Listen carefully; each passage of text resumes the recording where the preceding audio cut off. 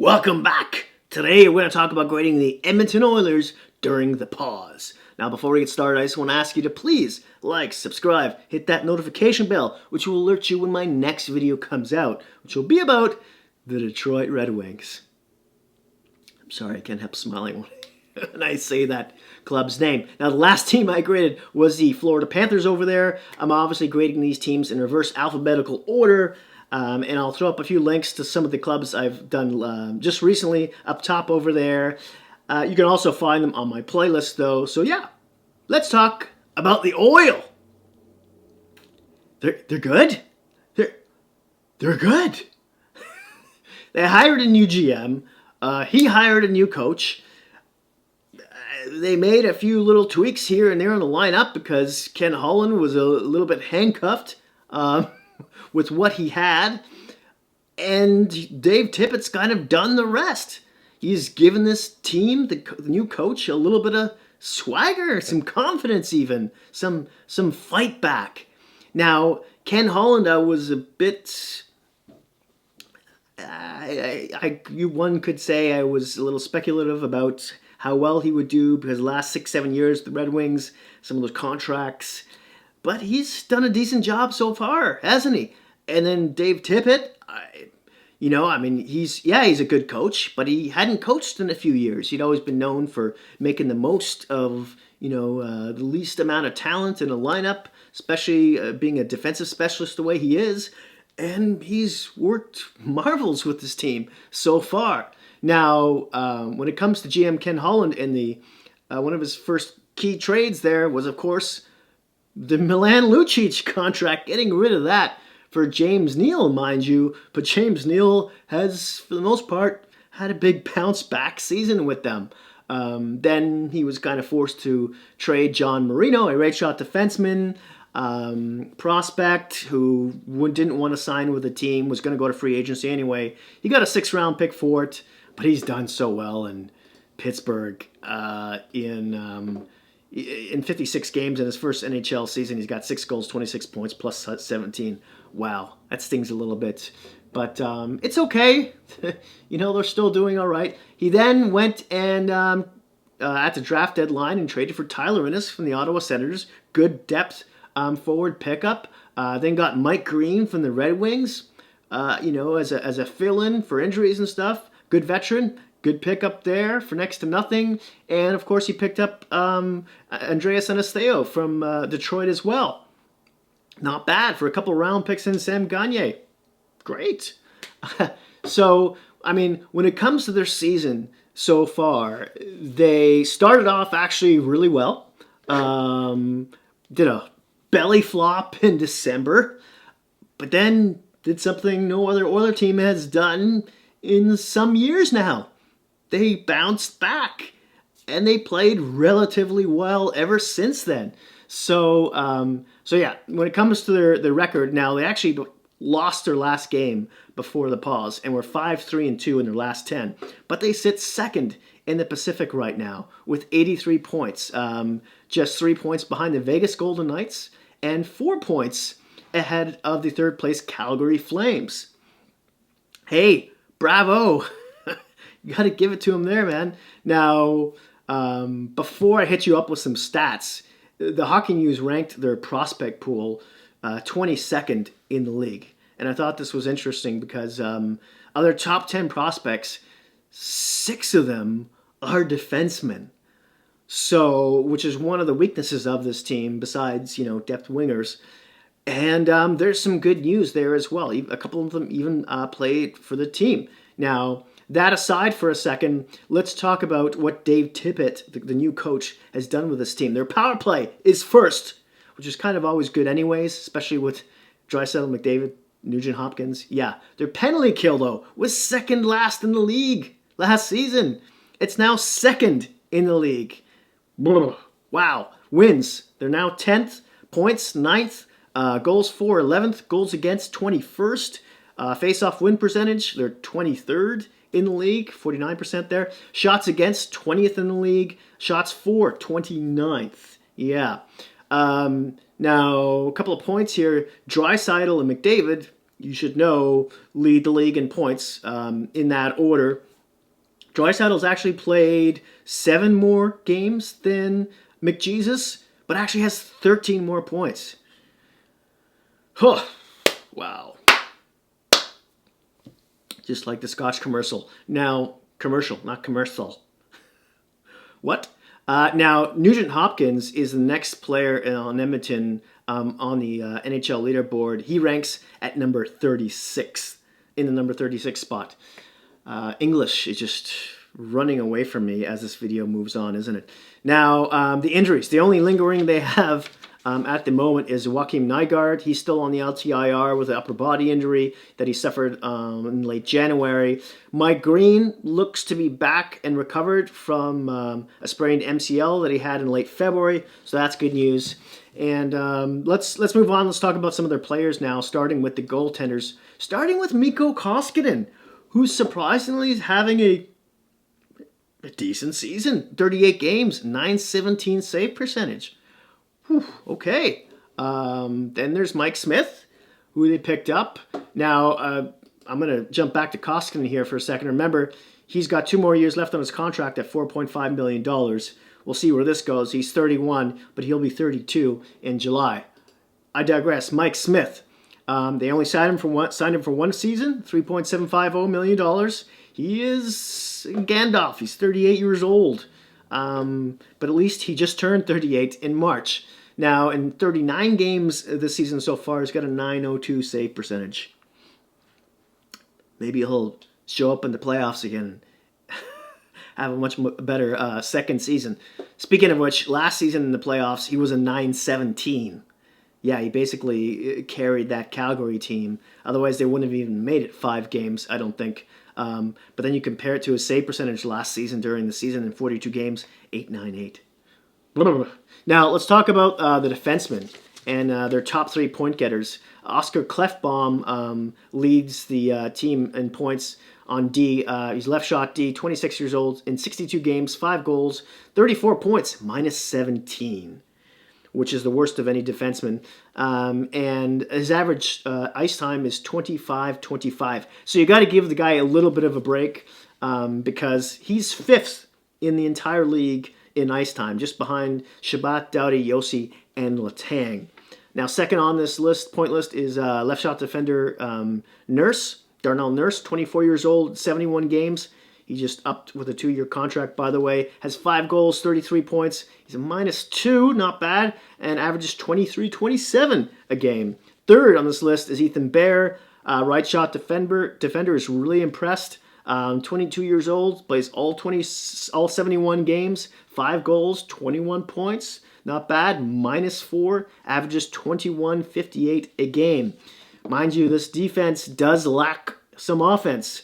You think you would have at least a 45-ish point defender by now, which they might still be a year or 2 year away from getting when it comes to their prospects anyways.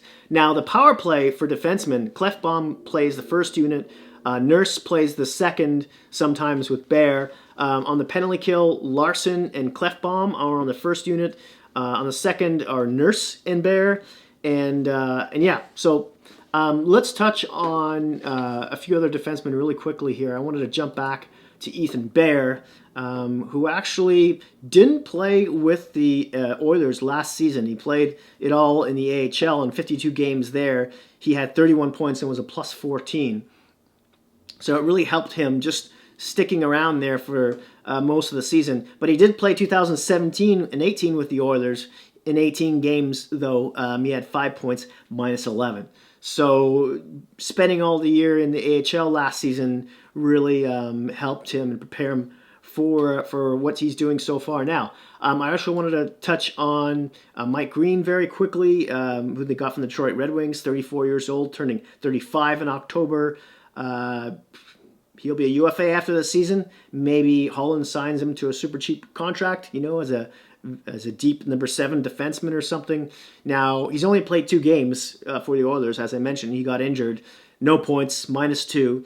But in 48 games with Detroit this season, he had 3 goals, 11 points, -32.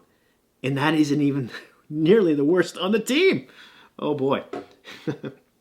Sorry, Detroit. Now, Speaking of one of their prospects, their number 10th ranked prospects of their top 10, William Legason, if I'm saying that properly, the Swedish 6'2", 24-year-old defender. He's a left shot, by the way, and he had a few sips of coffee with the team in 8 games, no points, -4. In the AHL in 25 games, he had 3 goals, 10 points, +2. Maybe this kid will break the lineup next season, especially considering his age and all as a depth D. Then there's Caleb Jones, Seth Jones, the defender for the Columbus Blue Jackets. His younger brother, he's 22, but will be 23 in June. He's a left shot D, 6'1", and he actually played 43 games with the Oilers this season. 4 goals, 9 points, -1. Not shabby at all. If he can keep that up, he'll have a place on the lineup come next season full-time anyways. Now, he did play 14 games in the AHL this season with 3 goals, 11 points, -5. Did better in the NHL. Last season, he did play 17 games with the Oilers, 1 game, 6 points, -9. Then there's Evan Bouchard, the number 1 ranked draft pick. Caleb Jones is ranked number 4 of their top 10, by the way. Evan Bouchard, a lot of people saying he's a bust and blah, blah, blah, because he hasn't played any games in the NHL this season. He's been spending it all with the Bakersfield Condors in the AHL, where in 54 games he had 7 goals, 36 points, -10. He's only 20, will be 21 in October. He's that right shot D, though, who projects to be their top pairing guy, 6'3", just under 200 pounds. Some guys just need more time to marinate. Now, in 2018-19, he did play 7 games with them, had 1 goal, it was a -5. So there's that. But give the kid some time, he'll get better. Now let's move on to the forwards, and let's talk about their top 4 point getters quickly. Draisaitl, of course, leads the pack at age 24. 71 games he played, 43 goals, 110 points to lead the league, -7 with 22:37 of ice time per game. Now he leads the forwards in ice time, obviously, and he's 3rd on the team. 2nd in points is McDavid.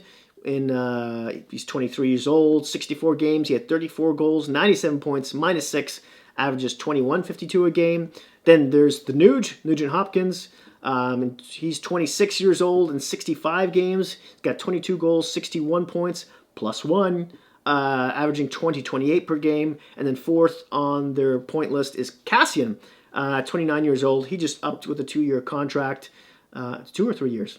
Anyways, he played 59 games, 15 goals, 32 points. He's a 0 in the plus-minus category, averaging 15.40 per game.